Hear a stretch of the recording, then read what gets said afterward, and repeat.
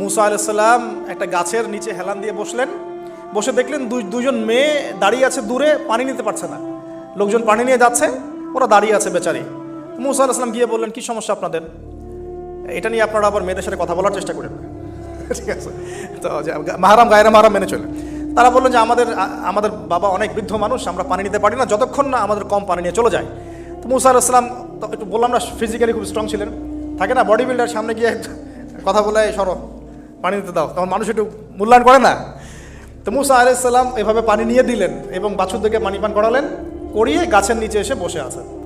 বসে বসে তিনি দোয়া করছেন, এই যে দোয়াটা তিনি দোয়া করছেন, রব্বি, একটা নেক কাজ করলেন, নেক কাজ করলেন না, মানুষের উপকার করলেন, নেক কাজ করে এসে গাছের নিচে বসে দোয়া করছেন, আল্লাহ এখানে তো আমার খাবার পানি বাসস্থান কিছুই নাই, আমি কি করব? রব্বি ইন্নি লিমা আনজালতা ইলাইয়া মিন খায়রিন ফাকির, রব্বি ইন্নি লিমা আনজালতা ইলাইয়া মিন খায়রিন ফাকির। অর্থ হচ্ছে, হে আল্লাহ, তুমি তোমার পক্ষ থেকে আমার উপরে যে নিয়ামতগুলো দিবে, আমি এর জন্য ফকির হয়ে বসে আছি। আল্লাহ অর্থ বুঝে পড়বেন ভাই, নামাজ রোজা হজ জাকাত যাই করেন আল্লাহর ওয়াস্তে অর্থ বুঝে পড়বেন। অর্থ বুঝে পড়লে আপনার ইবাদতের স্বাদ পাবেন, তৃপ্তি পাবেন, আল্লাহর সাথে কানেকশন হবে, আল্লাহর নূর পাবেন, মাআরিফত পাবেন, সত্য স্বপ্নও দেখবেন তখন ইনশাআল্লাহ। তখন সত্য স্বপ্ন দেখবেন ইনশাআল্লাহ। আল্লাহ পাক তৌফিক দান করে নেন। এবার আল্লাহ পাকের সাহায্য নেমে আসলো, ওই দুই মেয়ের মধ্যে একজন হেঁটে হেঁটে চলে আসছে। এবার এই মেয়ের হাঁটা সম্পর্কেও কোরআন কথা বলেছে, সুবহানাল্লাহ। এই মেয়ে কিভাবে হেঁটে এসেছে এই হাঁটার বর্ণনাও কোরআন দিয়েছে। কোরআন বলেছে এই মেয়ে হেঁটে আসছে লাজুক পায়ে। কি পায়ে?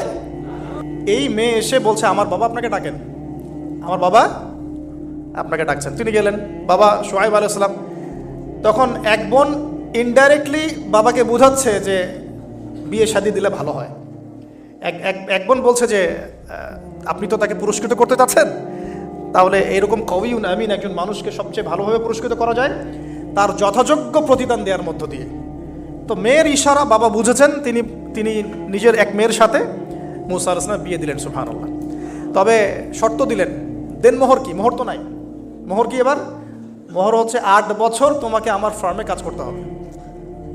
এটা আগেকার একটা স্টাইল ছিল, সুন্নাহ। এটা এখন নাই, যদিও আগে এরকম ছিল যে দেনমোহর দেওয়ার জন্য এই একটা পদ্ধতি ছিল।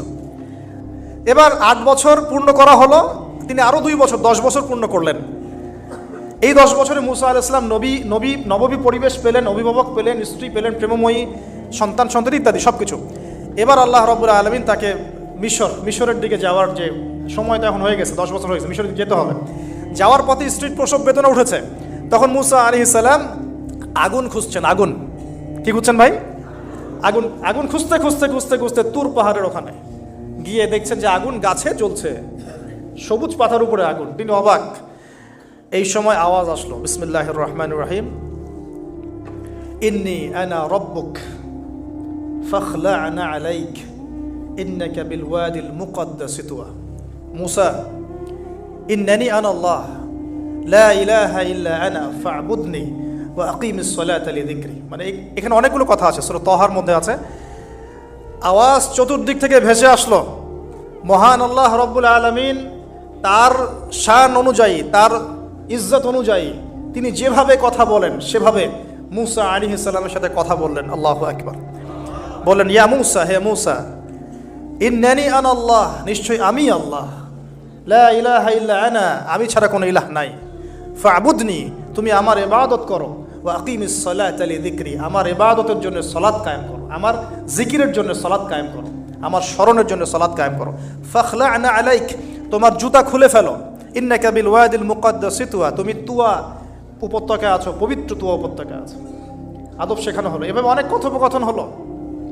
নবী মুসা আলাইহিস সালাম ভয় পেয়ে গেলেন এবং আল্লাহ পাক আরো কথা বললেন, ওয়ামা তিলকা বিয়ামিনিকা ইয়া মুসা, তোমার ডান হাতে এটা কি? মুসা আলাইহিস সালাম বলছেন, ক্বালা হিয়া আসায়া আতাওয়াক্কাউ আলাইহা ওয়া আহুশু বিহা আলা গনামি ওয়া লিয়া ফিহা মাআরিব উখরা, এটা তো আমার লাঠি, এটা দিয়ে আমি ডালপালা পারি, আমার ওই যে গবাদি পশু চড়াই। আল্লাহ পাক বলছেন যে এটা ছুঁড়ে মারো, আলকিহা ইয়া মুসা, এটা ছুঁড়ে মারো। ফালকাহা, তিনি ছুঁড়ে মারলেন, ফাইদা হিয়া হাইয়াতুন তাসা, এবং এটা ছোটাছুটি শুরু করলো, বড় একটা সাপ হয়ে গেল। সুবহানাল্লাহ। এগুলো কোনো গাল গল্প নয়, এগুলো আল্লাহ রাব্বুল আলামিনের মুআজিজাতুল কুবরা, এটা বড় মুআজিজা। তিনি পিছনের দিকে দৌড়ানো শুরু করলেন সাপ দেখে। খাইফান ইয়াতারাক্কাব, মানে ভয়ে দৌড়ানো শুরু করলেন। আল্লাহ পাক বলছেন লা ইয়াখাফু লাদাইনাল মুরসালিন, আমার কাছে রসুলগণ ভয় পায় না, তুমি ভয় পেও না, তুমি ওটাকে ধরো পিছন থেকে, সেটা আবার লাঠি হয়ে যাবে। পিছন থেকে হাত দেওয়া হলো, লাঠি হয়ে গেল। সুবহানাল্লাহ। এবার বলছে যে তুমি তোমার বগলের নিচে হাত ঢুকাও। মুসা আলাইহিস সালাম বগলে হাত ঢুকালেন, বের করলেন, হাত থেকে টর্চ লাইটের মতো আলো বের হওয়া শুরু হলো। এটা দ্বিতীয় নিদর্শন। কেন দেওয়া হলো নিদর্শন? এবার আল্লাহ পাক তার দায়িত্বটাকে বলছেন, তোমাকে নিদর্শনগুলো কেন দিলাম, তোমাকে মনোনীত কেন করলাম, কেন তোমাকে মনোনীত করলাম মুসা, তোমার কাজটা কি? তোমার কাজ এখন এইটা, ইযহাব ইলা ফিরআউনা ইন্নাহু তাগা, তুমি ফিরআউনের কাছে যাও।